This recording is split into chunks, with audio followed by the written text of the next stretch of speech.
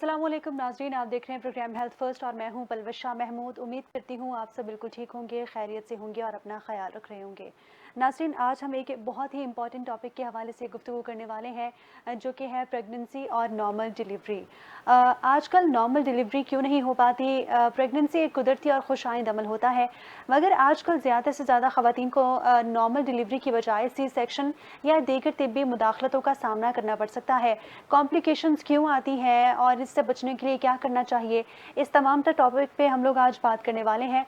आजकल जदीद हस्पताल तिब्बी सहूलियात मैसर हैं, जबकि किसी खातून को अगर उम्मीद होती है तो वो फौरी लेडी डॉक्टर के पास जाती है। 9 माह उसके ज़ेर निगरानी बाकायदगी से चेकअप और अद्वियात भी लेती है। इसकी तजवीज़ करदा अद्वियात भी खाई जाती हैं और उनकी महंगी फ़ीसें भी अदा करती हैं। मगर जब डिलीवरी का वक्त आता है तो फिर केस नॉर्मल क्यों नहीं रहता?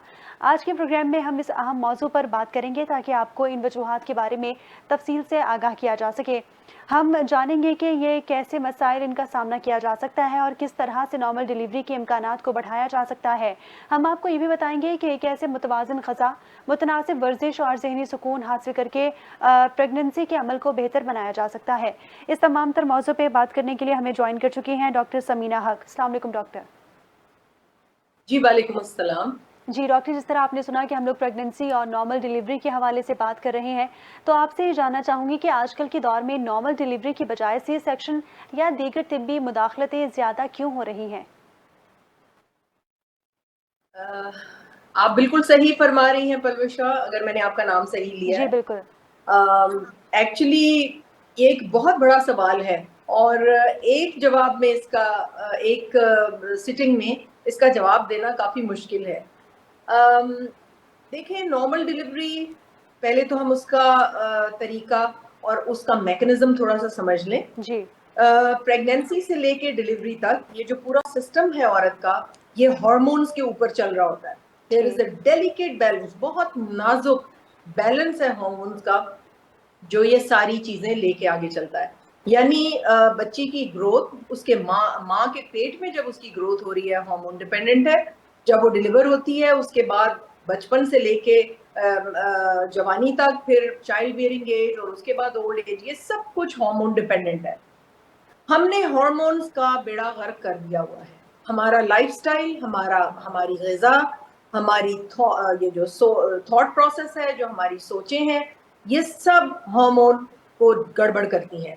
आप हैरान होंगी कि ये जो हवा हम ले रहे हैं अपने मुल्क में, इसमें हार्मोन डिसरप्टर्स हैं। यानी कारपेट इंडस्ट्रीज, जो पीवीसी वगैरह हवा में होते हैं, इनके डाइऑक्साइड्स जो हैं, ये हमारे जिस्म के अंदर जाके, हमारी बच्चियों के, हमारी औरतों के जिस्म में जाके बच्चेदानी का साइज बड़ा कर रही हैं। सही। ओवरीज में पॉलिसिस्टिक ओवेरियन डिजीज पैदा कर रही हैं। ये नकली हार्मोन्स की तरह अफेक्ट करती हैं और फिर ये हार्मोन डिसरप्टर्स हैं, जीनोएस्ट्रोजेंस हैं, जो पूरी की पूरी बॉडी का सत्यानाश तहस नहस कर देती हैं।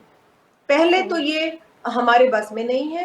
एनवायरनमेंट से जब औरत हार्मोन्स ले रही है और उसके बाद फिर जब वो ग़िज़ा में भी वैसी ही चीज़ें ले रही है, जैसे ये टेस्ट एनहांसर्स हैं, बाज़ार की चीज़ें हैं, ये सब केमिकल्स जो हैं, ये जो हम डब्बों की चीज़ें, पैकेट्स की चीज़ें जो उसके अंदर प्रिजर्वेटिव डले हुए हैं, ये फिर ज़ीनोएस्ट्रोजेंस हैं, हार्मोन डिसरप्टर्स हैं।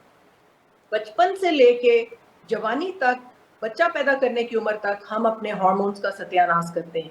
उसके बाद जो मेकअप है, बच्चियां हमारी 6-7 साल की होके हार्मोन्स को खराब करती हैं मेकअप के जरिए। उनमें थैलेट्स हैं, पैराबेन्स हैं, जो जीनोएस्ट्रोजेंस हैं, जो बॉडी में जाके हार्मोन्स को टेक ओवर कर लेते हैं। ये हमारे जो नॉर्मल हार्मोन्स हैं उनसे ये ज्यादा स्ट्रॉन्ग हार्मोन्स हैं। आपने देखा होगा लड़कों में फेमिनाइजेशन ज्यादा हो रही है, यानी वो लड़कियों की तरह बिहेव करते हैं। बिल्कुल। दैट इज बिकॉज कि उनके अंदर लड़कियों वाला हार्मोन जीनोएस्ट्रोजेंस बेहद मिकदार में जा रहा है इन्हीं सोर्सेज से।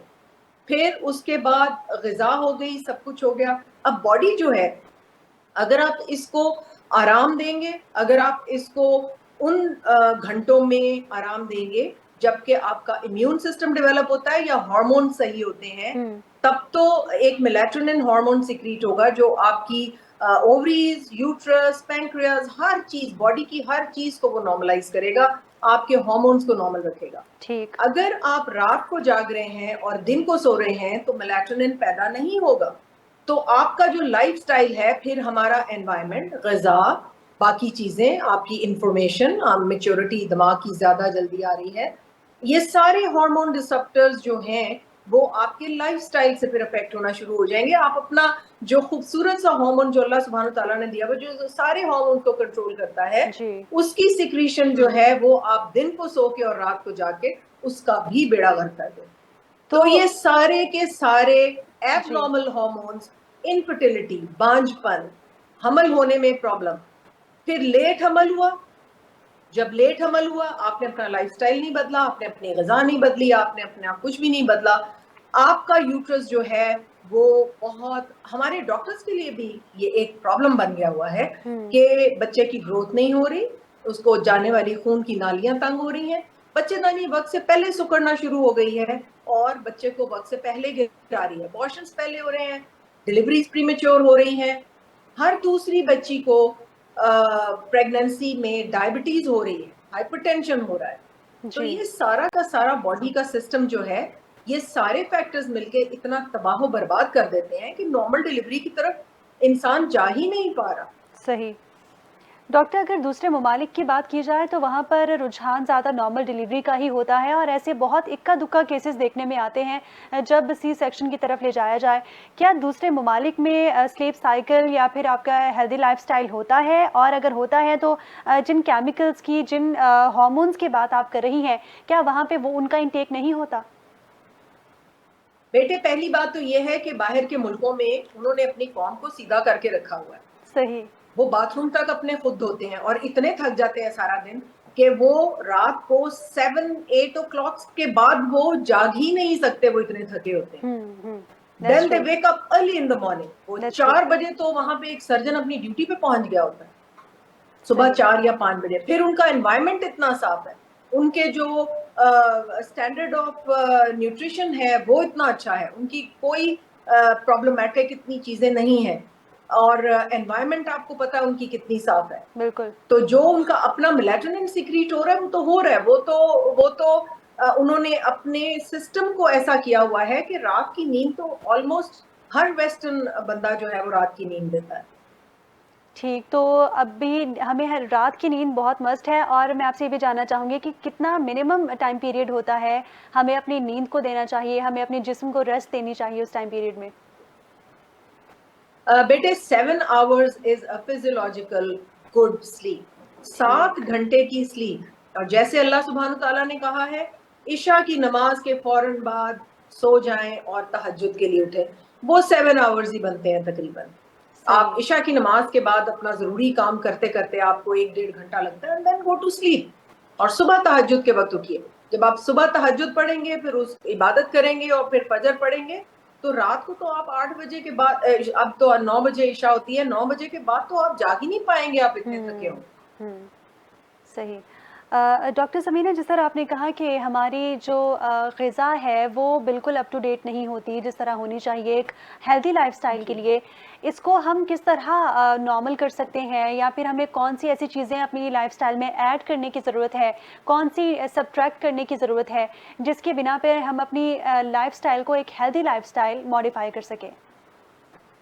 बच्चे, आप मुझसे एग्री करेंगी कि प्लास्टिक का हमारी जिंदगियों में इतना ज्यादा हाथ है।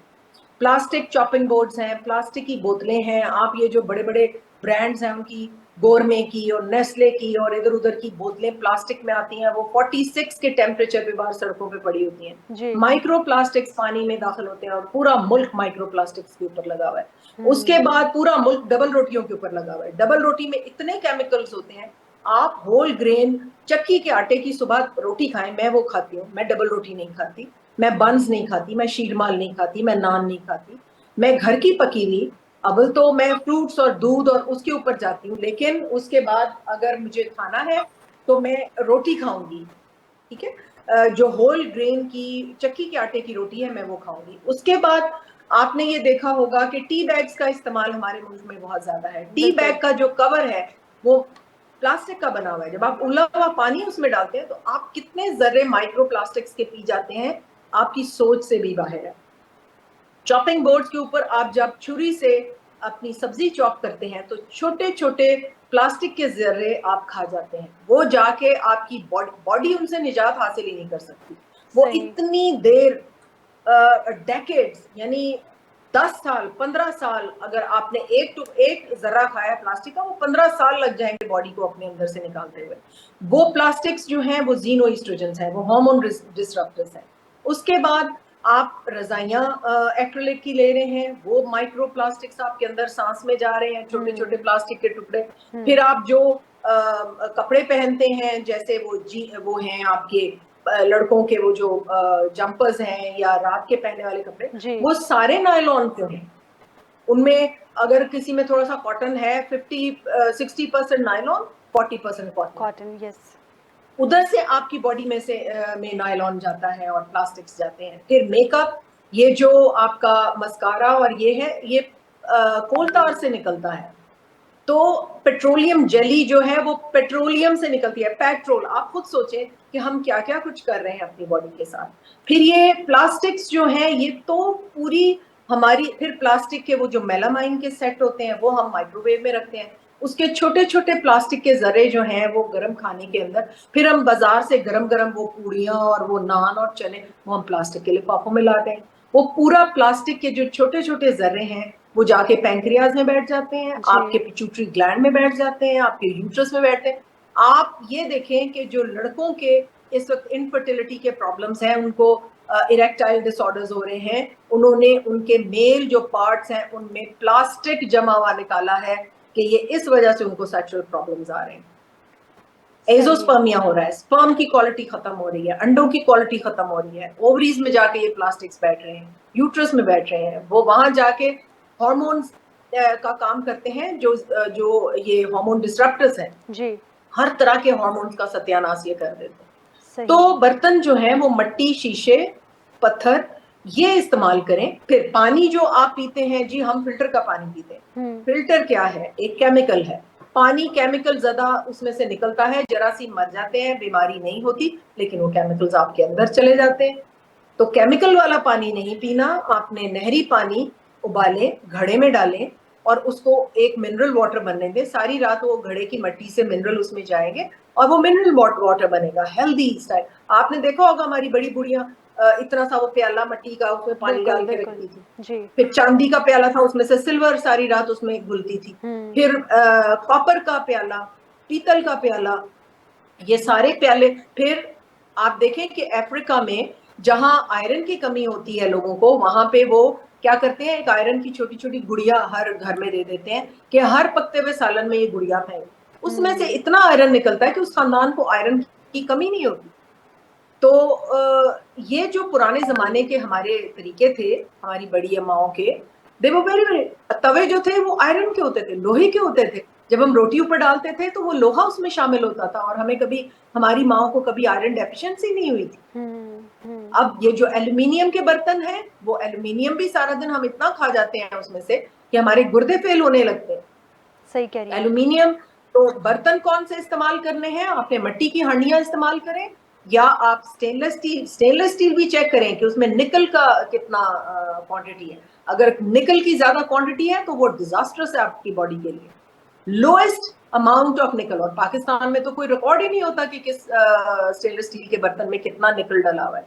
तो इससे बेहतर है आप तामचीनी इस्तेमाल करें, मिट्टी के बर्तन इस्तेमाल करें, या शीशे के बर्तन भी आजकल आग के ऊपर रखे जा सकते हैं। नाज़रीन, प्रेगनेंसी और जितनी भी नॉर्मल डिलीवरी के केसेस हैं वो नॉर्मल क्यों नहीं रहते, और ऐसे कौन से ऑर्गन्स हैं जो हमारी इस नॉर्मल डिलीवरी को मुतासर करते हैं, इस तमाम तर सूरत हाल पे गुफ्तगू का सिलसिला जारी है, लेकिन हाजिर होंगे एक ब्रेक के बाद।